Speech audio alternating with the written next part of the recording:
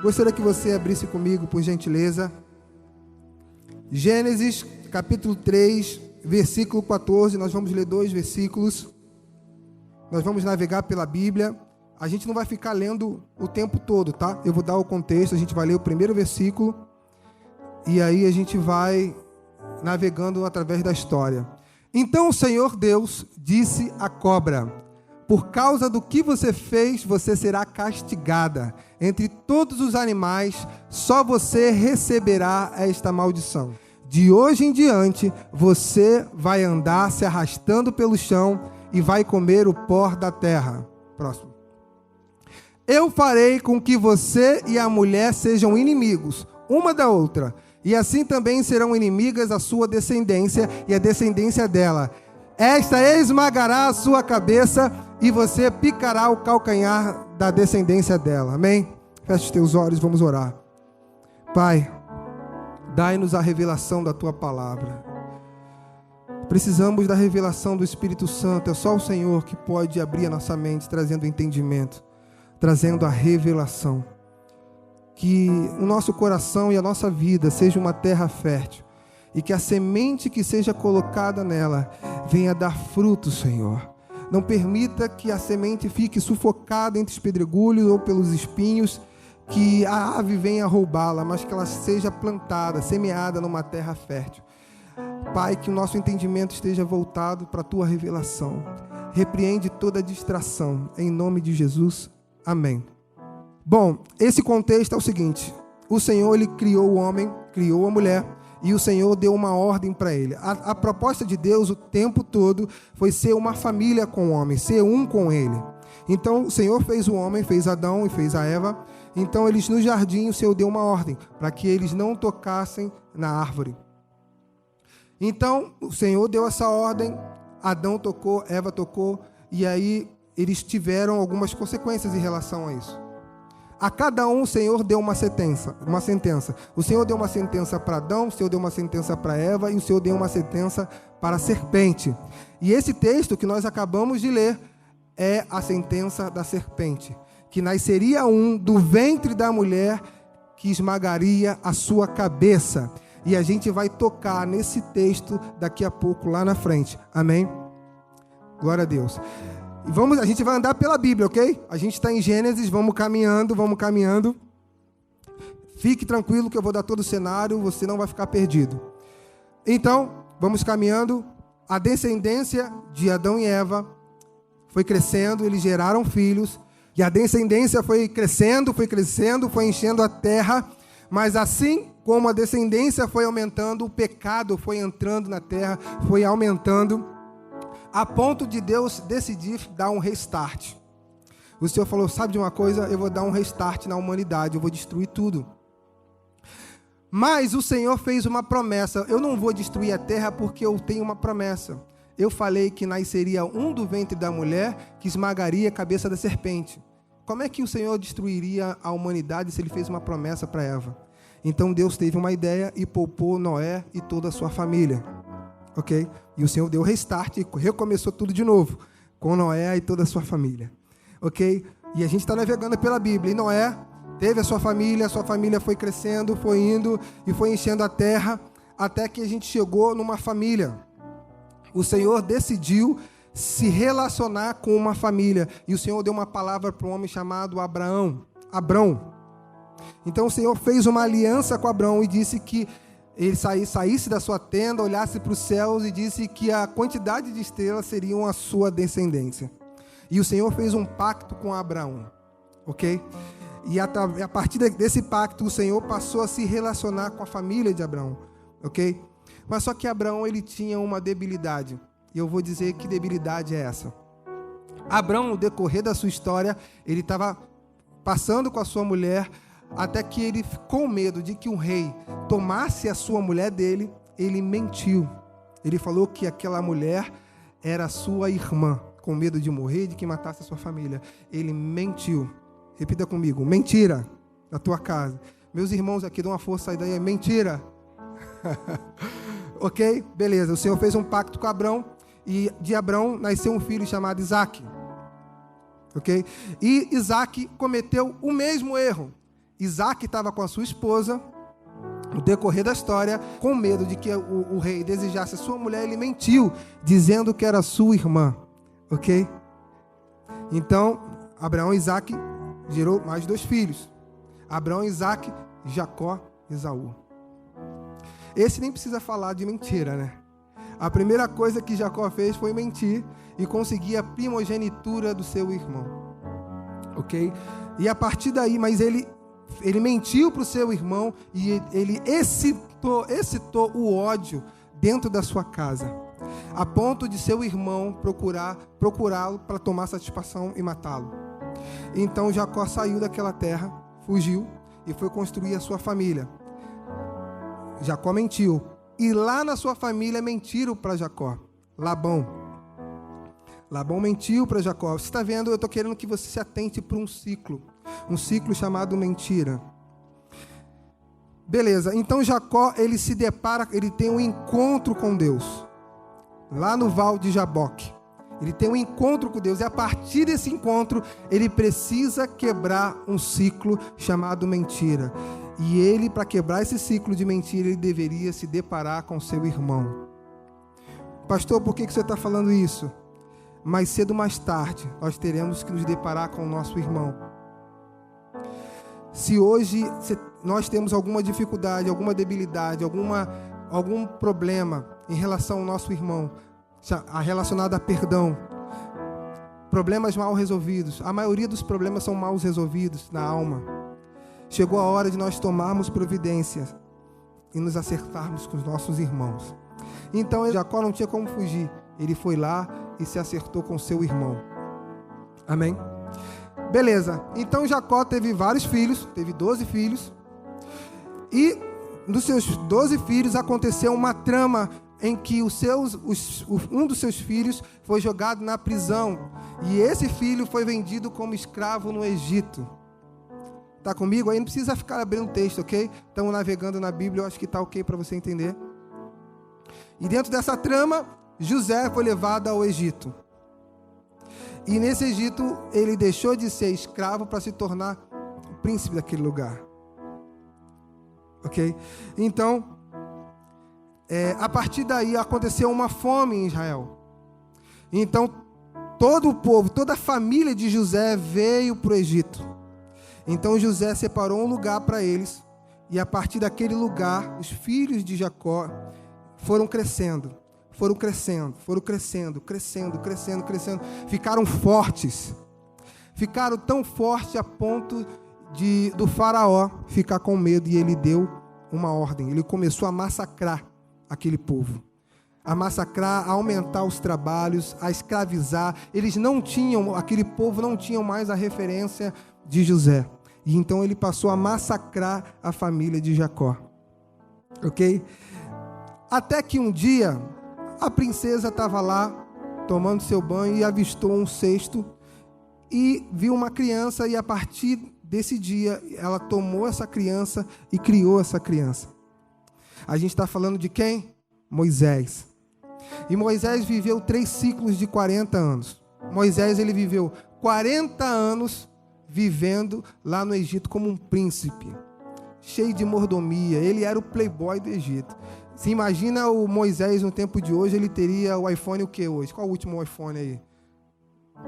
iPhone X, iPhone 11? Teria o último, ele teria o carro do ano, era o playboy. Mas até que aconteceu uma trama, que ele teve que fugir, e então ele viveu 40 anos, num lugar longe, fugido, casou com a filha do Zé Ninguém, com a coisa nenhuma, com a filha de Jetro, e ele passou a cuidar das ovelhas de seu sogro. Fugido. O Senhor literalmente moeu Moisés, e ele viveu nesse ciclo durante 40 anos.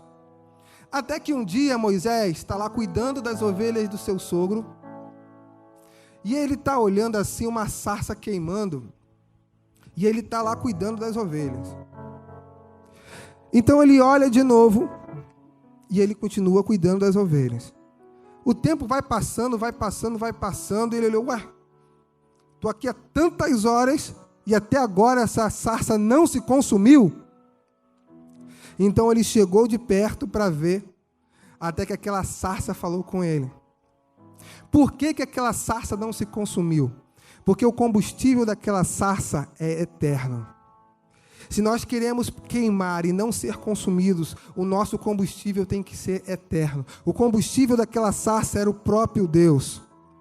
Por que você está falando isso, pastor? Nós estamos vivendo um tempo que nós estamos alimentando o nosso fogo com o fogo dos outros. Não tem problema você assistir um pregador no YouTube, ou você assistir um ministério de um outro lugar, mas o verdadeiro fogo que vai te queimar e não vai te consumir, ele vai nascer no teu quarto. Quando você entrar no teu quarto, fechar a porta e falar com seu pai em secreto, aquele que te vê em secreto te recompensará, e o fogo arderá continuamente no altar. É esse fogo que o Senhor quer levantar. Esse é um tempo propício nessa quarentena para você descobrir que tudo que você precisa não é de fora para dentro, é de dentro para fora. Quando você fecha o teu quarto e fala com seu pai em secreto, esse fogo queima e não te consome. Por quê, pastor? Porque nós nos acostumamos a isso. Nós vamos lá e bebemos daquele fogo. O fogo está onde? Está na região X, aí vai todo mundo para lá e bebe daquele fogo e se alimenta daquele fogo. Vai queimar, ok, vai queimar, mas logo vai se apagar, porque tudo que você precisa é de dentro para fora.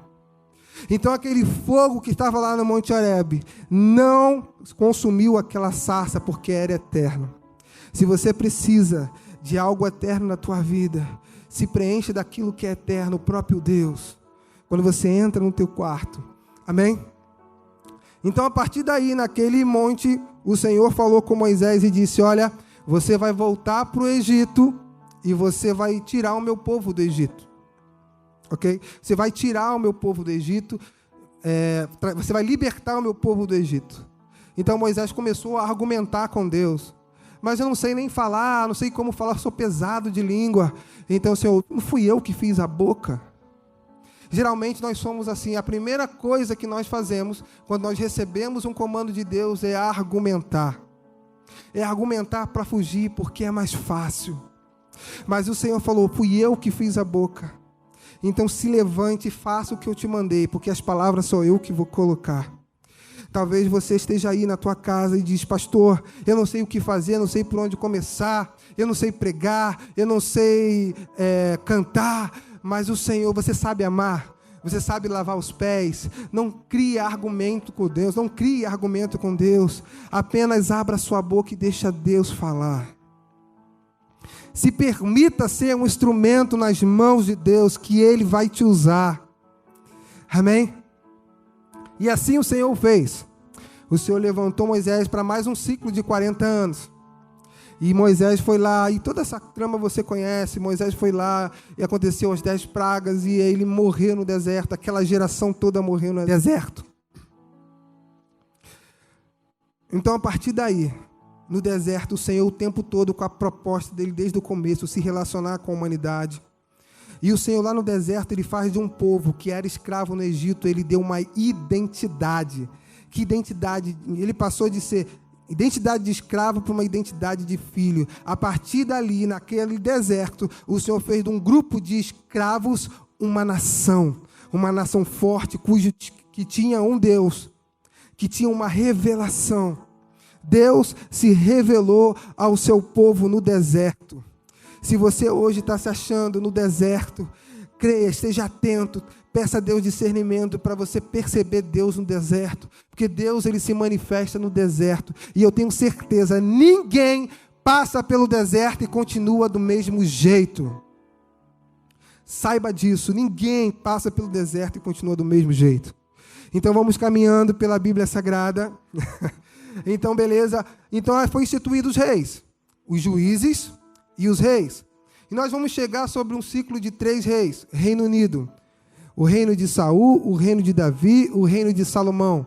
Saul não tinha o seu coração voltado para Deus. Davi tinha todo o seu coração voltado para Deus. E Salomão tinha seu coração dividido. Uma hora Salomão amava o Deus de Israel, outra hora ele amava o Deus de suas esposas. E assim como o coração de Salomão era dividido, Deus dividiu também o seu reino. Reino do norte e reino do sul, Judá e Israel.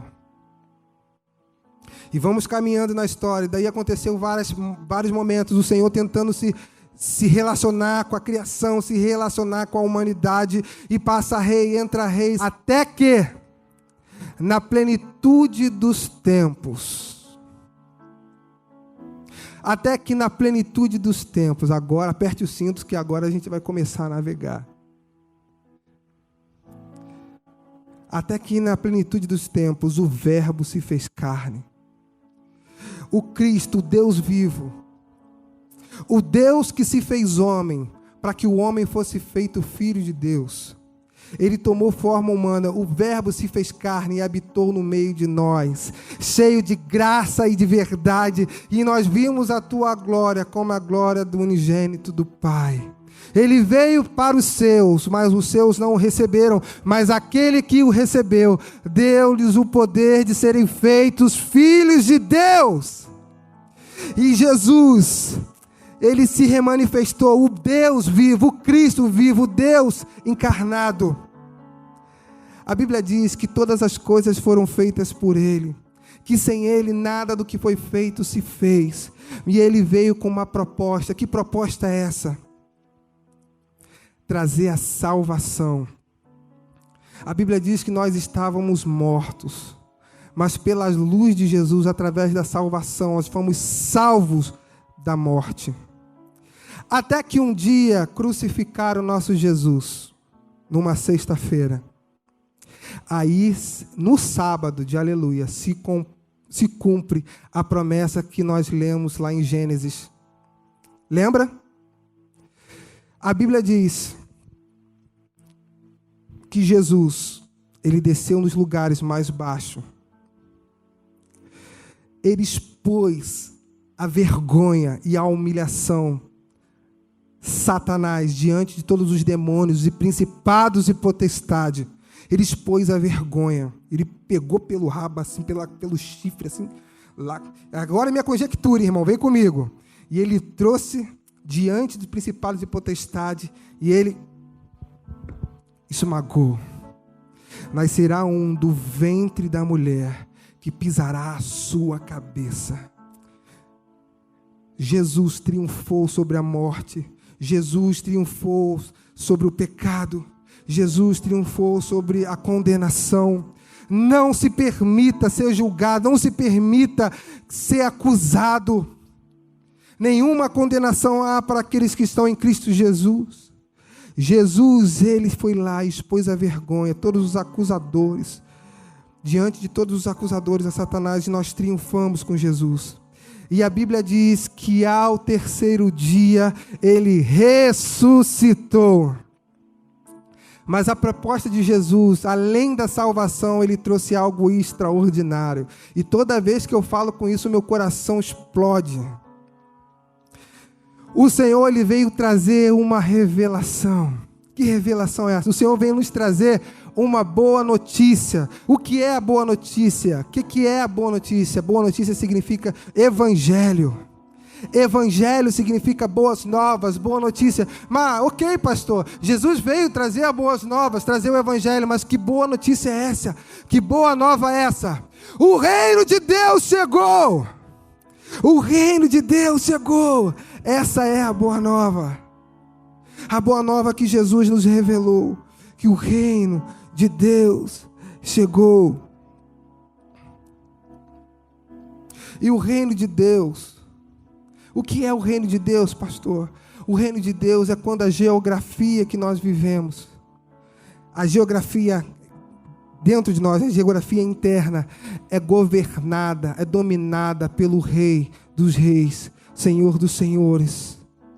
Quando você permite que Deus, quando você recebe Jesus na tua vida e convida Ele para ser Rei e Senhor sobre a tua casa, sobre a tua família, sobre a tua vida, você chama Ele para reinar. Quando você chama Ele para governar, é estabelecido um reino, e um reino inabalável. Pastor, mas como que esse reino se manifesta? Nós vamos chegar lá. O tempo todo, o nosso Deus, o Eterno, Ele quis se relacionar com a criação. desde o começo. Jesus, o nosso Senhor, quando Ele entregou um Espírito. Eu vou, mas eu deixo um Espírito Consolador. E Ele vai te dizer tudo o que vocês deverão falar. O Senhor levanta algo chamado igreja. A igreja que é estabelecido por pequenos cristos. Pequenos cristos que brilham e temperam a terra. Pequenos cristos que estão se revelando na humanidade. Pequenos cristos que, se não estivesse se revelando na humanidade, eu não sei como seria. Pequenos cristos se manifestando nas escolas, nas faculdades. Pequenos cristos que se manifestam nos hospitais. Pequenos cristos que têm o reino estabelecido dentro de si e que manifestam a luz de Jesus. A igreja de Cristo, a igreja triunfando, a igreja ministrando Jesus. Essa é a revelação do Evangelho. Mas, ok, pastor, nós estamos observando um grande número de igrejas que estão se levantando na sociedade. Alguns anos atrás, a gente tinha uma igreja por bairro. Hoje em dia, a gente tem 5, 6 igrejas por rua. Isso é maravilhoso. Isso é incrível. Isso é o Cristo, a igreja se manifestando e mudando o ambiente. Nós aprendemos a ser luz. Hoje, como cristão, você vê pessoas que não professam a nossa fé, ouvindo as nossas canções, cantando as nossas canções. Nós aprendemos a ser sal, a ser luz. Hoje nós temos estruturas, hoje nós temos rádio, televisão, gravadoras. Nós somos luz. Mas chegou um tempo de nós temperarmos. É para isso que os pequenos cristos servem, para temperar a terra. Como que nós, pequenos cristos, temperamos a terra? Manifestando o reino de Deus. A natureza aguarda, com ardente expectativa, a manifestação dos filhos. Chegou a hora dos filhos se manifestarem. É dessa forma que nós vamos salgar essa terra. É dessa forma que nós vamos temperar a terra. Há muito tempo atrás, no Brasil, nós vivemos um tempo em que nós aprendemos muitas doutrinas. Doutrinas que nós deveríamos sempre triunfar. Doutrinas que nós não deveríamos sofrer. Doutrinas de que nós aprenderíamos a ser rico, a ser... Beleza, ok. Mas isso nos tornou frágeis. Isso nos deixou sensíveis. Hoje nós estamos vivendo um tempo em que as pessoas estão viciadas em religião. As pessoas... Uma pessoa fala uma coisa um pouco mais... Uma pessoa não cumprimentou a outra, já é o motivo suficiente para a pessoa sair da instituição. Isso nos deixou fracos, nos deixou frágeis, sensíveis. Mas o Evangelho nos diz que nós devemos ser fortes. Hoje nós estamos vivendo um tempo de caos na sociedade. E eu tenho observado alguns comportamentos de nós como cristãos. Como pode um povo que serve um Deus que fez todas as coisas? A Bíblia diz que todas as coisas foram feitas por Ele, sem Ele, nada do que foi feito se fez. Ele tem a nossa vida, Ele tem o seu nome escrito na palma da sua mão. O Senhor conhece cada fio de cabelo da sua cabeça. E a gente tem medo, inseguros. Filhos de Deus, chegou o tempo dos filhos se manifestarem nessa sociedade. Pastor, como que eu manifesto o reino de Deus? Amando, servindo, lavando os pés uns dos outros.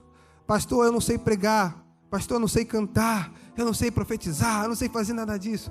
Mas você sabe amar. Mas você sabe servir. Você sabe lavar os pés uns dos outros. Esse é o Evangelho que Jesus trouxe. E se manifesta em Atos. A primeira igreja, a igreja primitiva. E onde o Senhor ia acrescentando a cada semana, a cada dia, através da comunhão, de compartilhar o pão. Deus ia compartilhando do seu amor, da sua revelação, da sua presença. Ah, pastor, é assim que a igreja se manifesta, é assim que o reino se manifesta.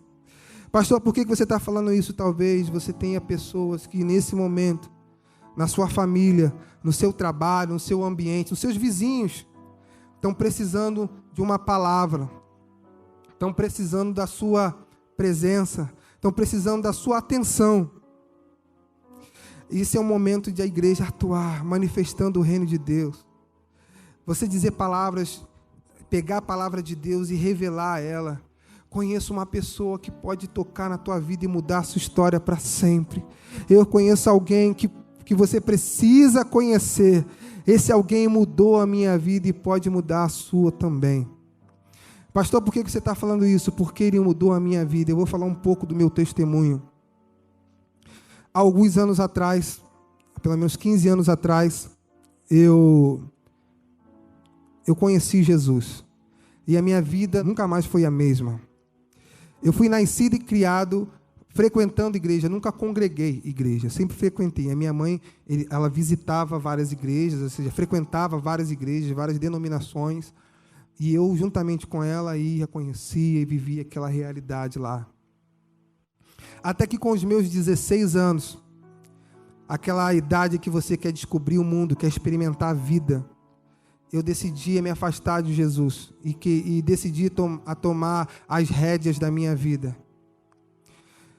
Com 16 anos eu era músico, trabalhava secularmente com música, fazia freelance com algumas bandas. Fiquei durante alguns anos fazendo isso. A minha vida virou de cabeça para baixo. Eu, graças a Deus, eu nunca tive experiência com drogas, com bebidas, com nenhum tipo de vício, mas eu experimentei muitas amarguras que a vida traz, muitas coisas ruins, até que um dia eu fui acometido de uma enfermidade no rins. E naquela época, a minha mãe todos os dias, você tem que ir para a igreja, você tem que ir para a igreja, você tem que ir para a igreja, você tem que ir para a igreja. E quanto mais ela falava, mais eu me incomodava. Ela falava, você tem que ir para a igreja. E eu continuava aquela minha vida dissoluta. E todos os dias, quando eu chegava em casa, eu encontrava minha mãe de joelho. Ela parou de falar. E todas as vezes que eu chegava em casa, eu encontrava minha mãe de joelho. Tinha vezes que eu chegava em casa, minha mãe abria a porta com o olho vermelho de tanto chorar, clamando pela minha vida. Eu estou falando para mulheres, para mães, que nesse momento não desista de seus filhos, não desista de orar pelos seus filhos, não desista de orar, de interceder, de entrar na guerra espiritual pela sua família. Pais, não desista da sua família. Você é o Cristo estabelecido no seu lar. Talvez você seja o único que teve uma experiência com Jesus. Saiba que há uma nuvem de testemunha olhando para você, esperando ver Jesus, tá querendo ver uma esperança através de você. Não desista. A minha mãe simplesmente ela parou de falar com essa boca e passou a falar com essa boca aqui. Até que um dia eu fui acometido com uma enfermidade. E um casal de primo foi me visitar no hospital, estava internado. Uma enfermidade no rins. E eles fizeram uma oração naquele hospital. Então eu me lembrei de tudo que acontecia comigo na minha infância. Todas as vezes que eu frequentava, aquilo que eu via, aquelas experiências que eu observava a minha mãe fazendo. E quando eu recebi a alta do hospital, sabe o que eu fiz? Voltei para o mundo de novo. Teimoso. E eu vivia minha vida dissoluta, vivia sofrendo. Chegou um momento da minha vida que eu tive umas decepções emocionais, muito braba, além de outro problema de saúde. E eu fui fazer um show numa casa de show que existia na Vila da Penha, chamada Olimpo. E nessa casa de show, a gente estava tocando lá naquele palco, naquela multidão, naquela escuridão, eu ouvi uma voz no meu ouvido que dizia, aqui não é o seu lugar. Aqui não é o seu lugar. Então, eu fui dormir pensando naquela voz, e no dia seguinte, sabe o que eu fiz? Voltei para o mundo de novo. fui tocar de novo. E aí eu fui num lugar chamado River. E eu fui tocar e eu me lembro que eu estava tocando naquele lugar. Uma mulher começou a se manifestar com um espírito imundo na minha frente, lá naquele ambiente secular. E aquela manifestação daquele espírito imundo, eu me lembrei do que eu via na minha infância. Eu consegui detectar aquele espírito daquela senhora. Então eu voltei para casa, pensando naquilo, até que eu fui cometido com outra enfermidade. Aí sim, eu decidi visitar a igreja. E a minha mãe em silêncio, só orando com esse joelho. Até que eu decidi voltar para a igreja. E quando eu cheguei na igreja, num domingo de manhã, faz si maior para mim. Não precisa tocar não, só dá o tom. Eu vi Jesus, Jesus me viu, no mesmo instante me redimiu. Eu me lembro que eu estava na frente do altar e um pastor estava cantando essa melodia, essa música, essa canção. E dizia, Jesus me fez sorrir e cantar, me fez chorar.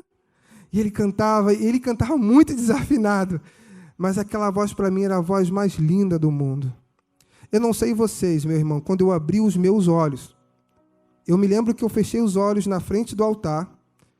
Quando eu abri os meus olhos, eu estava no meu quarto, uma poça de lágrimas. E a minha vida nunca mais foi a mesma.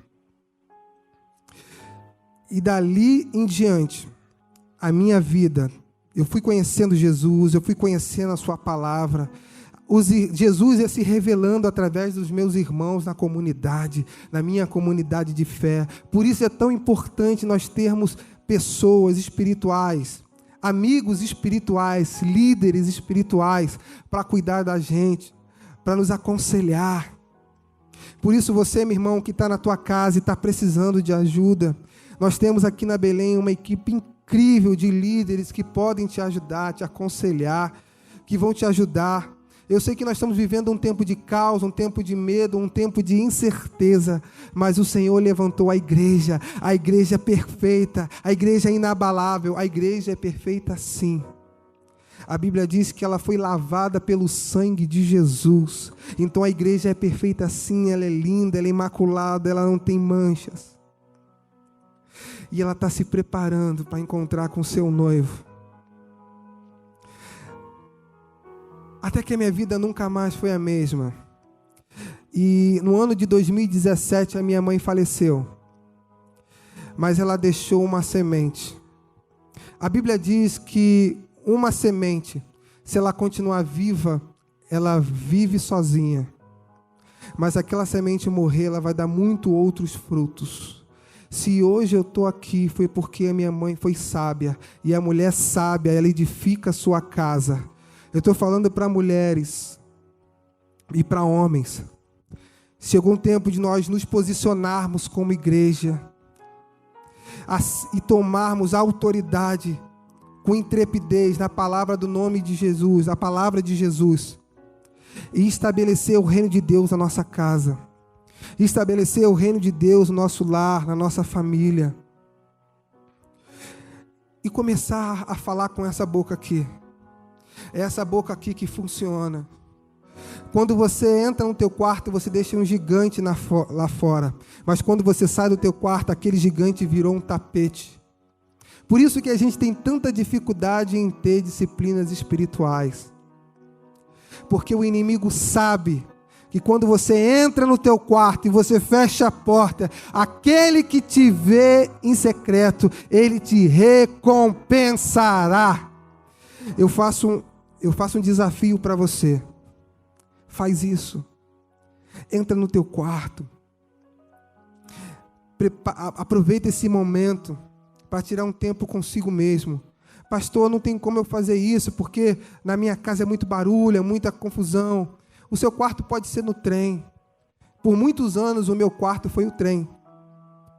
Eu estava lá no trem, lá, no metrô, e estava lá conectado com o meu Senhor.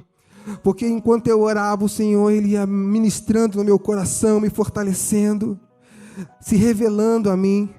Muitas das vezes, Jesus Ele se revelava no banheiro do meu trabalho. Prepara um cantinho para você se encontrar com seu Deus. Era exatamente isso que a proposta de Deus. Quando o Senhor fez o jardim, Ele ia lá na viração do dia se relacionar com Adão. Essa era a proposta, uma família de muitos filhos. O nosso Deus, o nosso Senhor, o Eterno, Ele ia lá se encontrar com Adão. E lá eles se congregavam, lá eles tinham um relacionamento. E à medida que você vai se relacionando com Deus, mais parecido com Ele você se torna. À medida que você vai se relacionando com Deus, mais parecido com Ele você se torna. E aquele gigante que te abalava, quando você olha para Jesus, você vê que aquele gigante nada mais era que um tapete. Amém? Então faça esse desafio. Entre no teu quarto, feche a porta, se revista de autoridade, da graça de Jesus. Que a partir de agora, você entenda que no meio de 8 bilhões de pessoas na face da terra, Deus Ele se revelou para você com um propósito. Que o Senhor abra os teus olhos espirituais, para que você discirna como Deus vai te usar. Não é possível você cruzar o caminho de pessoas e continuar insensíveis por vidas que estão indo para o inferno. Não é normal você ver pessoas da sua casa, da sua família indo para o inferno e isso te deixar insensível. Isso não te incomodar. Se levante, igreja, em oração.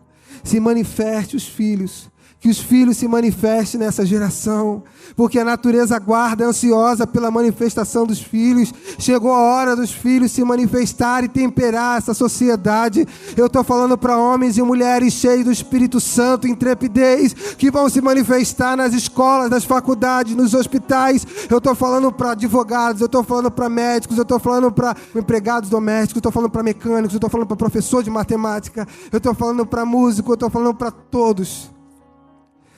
É aí, nesse ambiente, que você vai estabelecer o reino de Deus. É aí, nesse ambiente, que Jesus vai se revelar através de você. Amém? Pastor, por que você falou tudo isso? Porque toda a história ela tem um final. E o final é: o noivo se encontra com a noiva. Eles se casam e vivem felizes para sempre. Nós já podemos ouvir as pegadas do noivo nas nuvens. Jesus está voltando. E nós estamos revelando uma igreja para essa sociedade. Que tipo de igreja nós estamos revelando nessa sociedade? Chegou a hora dos filhos se manifestarem, igreja.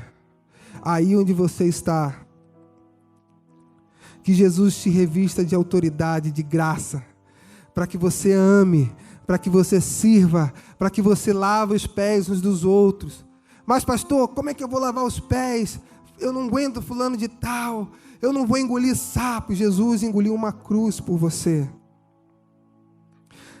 E Jesus, cada soldado romano, Jesus conhecia a batida do coração de cada soldado romano. Jesus conhecia cada fio de cabelo de cada soldado romano, porque todas as coisas foram feitas por Ele, sem Ele nada do que foi feito se fez. Mas Ele decidiu se entregar. Ele decidiu se entregar para que eu e você tivéssemos vida, para que nós fôssemos salvos e para que a revelação do Evangelho seja liberada a nós. Eu gostaria que nesse momento, você aí que se sente fraco, sem força, sem esperança, você que precisa de algo novo, você precisa de uma experiência nova. Pastor, eu não sou mais como eu era antes, eu preciso de um fôlego novo. Certo dia o nosso Deus, Ele fez um boneco de barro com as suas mãos e Ele soprou naquele boneco de barro vida. Que o Senhor te visite nessa noite e sopre nas suas narinas vida. Que o Senhor te visite e libere sobre a tua vida algo novo. Se você precisa dessa experiência, se você precisa de algo novo da parte de Deus, aí onde você está, diga isso para Ele: Senhor, me toca de novo. Senhor, se manifeste a mim, se revela a mim. Eu preciso ter uma experiência. Senhor, me ensina, pega nas minhas mãos, se revela a mim.